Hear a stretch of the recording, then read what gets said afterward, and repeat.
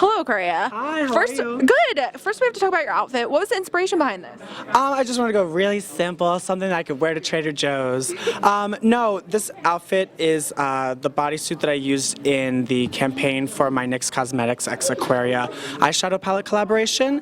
So the concept for this weekend was basically doing a Sorayama style kind of robot lady and just layering other clothes on top of the bodysuit. So today we're giving a little rockabilly leather jacket moment featuring a little yellow hair to match the palette, and then tomorrow I'm serving third day of DragCon, wearing a little robe, no tuck, no corset, and a nice little mint beehive. So basically just referencing the eyeshadow palette that we just put out and feeling a little uncomfortable, but the pictures are all coming out stunning, so I guess That's all that matters. at the end of the day, that'll be all that matters. And then, speaking of your eyeshadow palette, which is why we're here, tell us what the creative process was like, getting together with NYX, collabing with the brand, and what it means to you and what the colors mean to you. Yeah, so NYX Cosmetics has been super, I don't even know how to say it, good for the cameras and stuff, but they've just been so cool and Aquaria, whatever you want, girl, tell us and we'll make it work. Even if you have some crazy idea, we'll make it fit for a product that people actually want to buy. So I wanted everything to be inspired by the future, the city, the nightlife. I've always been into the dark grunge, but with a little bit of neon signs everywhere. So the palette has a lot of different colors that facilitate my different types of makeup looks. I do tons of masculine, boyish makeup looks, and then obviously my more theatrical stage eyes. So there's plenty of matte shades that you can do stage makeup with, and then also tons of really fun finishes and metallics. We have this light silver metallic that is literally just so blinding. I love throwing it all over the eye for a smoky eye. We have this cool shade that literally just swatches clear, except in the light it reflects really cool blue and purple colors. And I just wanted everything to be a little bit of everything. You could fully do the full drag eye, you could do really chill smoky eye, and I've actually done a couple tutorials with them which are yet to come out, but it kind of helps explain that. And yeah, it's 10 shades. You can't create the rainbow with 10 shades, but you can definitely create a lot of fierce looks. And then what would be the ideal setting to wear the eyeshadow in this palette? For your everyday girl. For your everyday girl? Or guy. Wait, so the ideal setting to wear it? Yeah. Would it be date night? Would it be at work? It's definitely more on the date night side. There's very few neutral colors. The closest thing to a neutral would be we have a pale moonlight yellow that I love using on my cheeks, but I guess you could do a nice wash on the eye, or have a medium gray. But it's definitely more 7 p.m. and on for me personally. But nowadays, they got me in drag at 9 in the morning, so I guess you can wear the colors whenever.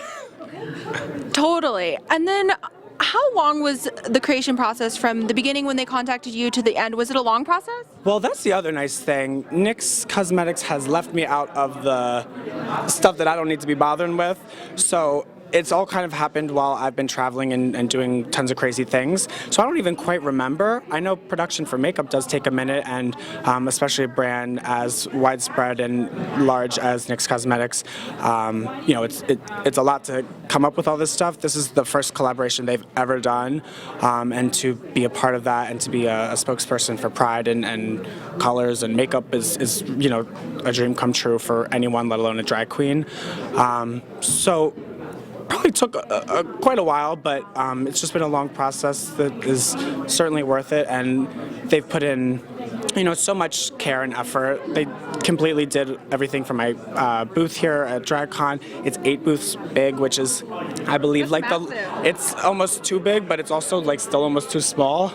I already know where everything is, but they just seem extremely invested, as a brand should be. But it's been a really lovely collaboration. And then fans have been very excited about this ever since it was announced. What's it been like getting that feedback? Because they're not only a fan of you, they're a fan of this collaboration. What's it been like having that positive feedback online and in person today at DragCon? It's nice. The palette is not something that jumps out at you as like, oh, this makes sense, I'll do my nice autumn eye, or you know what I mean? Like, there's a lot of different ways you can interpret the colors, and it's not necessarily your most traditional color story, but I wanted to just do something versatile, and it's nice that the fans are really enjoying the colors that are kind of funky and weird. They're like obsessed with the neon red orange, like they love the shifty clear blue color.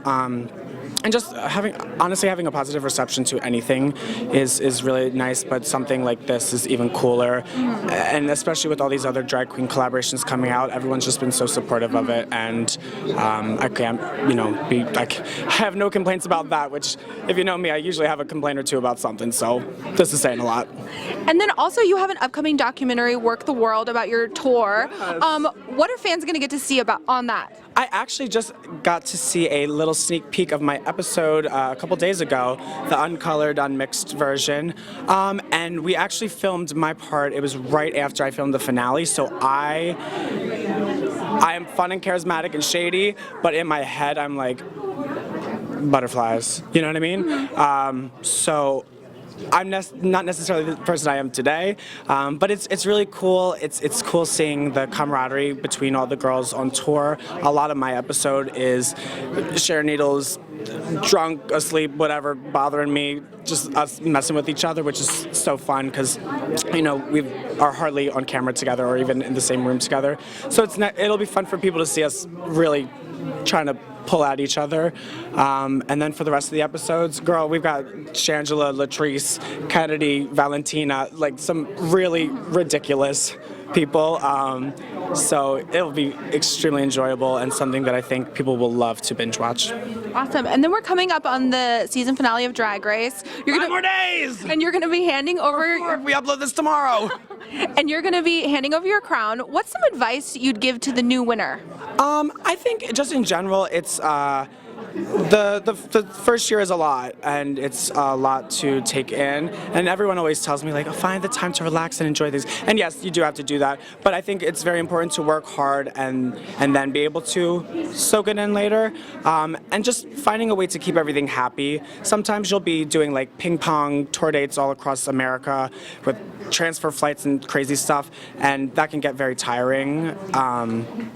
But just finding something in your life that is not related to the job that keeps you happy and lighthearted, I think that's what is keeping my brain slightly more together this year than it did last year. If you love that video, you're gonna love everything on the Access YouTube channel, so hit the subscribe button. You can thank me later. Hit it. Now. Thanks.